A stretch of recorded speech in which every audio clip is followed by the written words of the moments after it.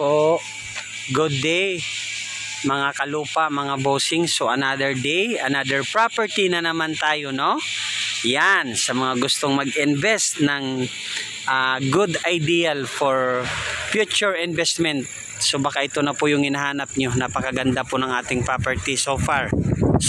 Yung ating property po, as you can see, yan, ang lawak po ng kalsada, approximately po mga 7 to 8 meters to. May mga bahay na po dito.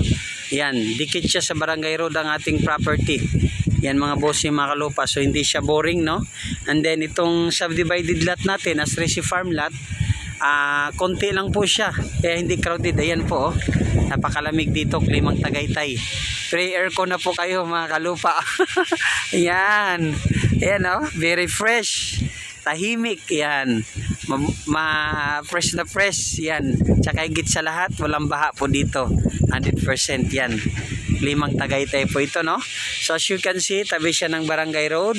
Lahat po nito, ayan po, may halos po mga prime lot po siya.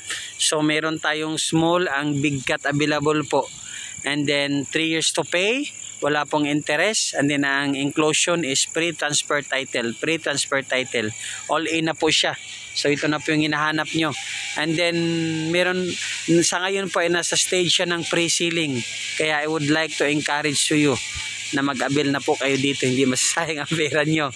And then ang good news po, ang offer po ng company is pwede po siyang no down payment po siya.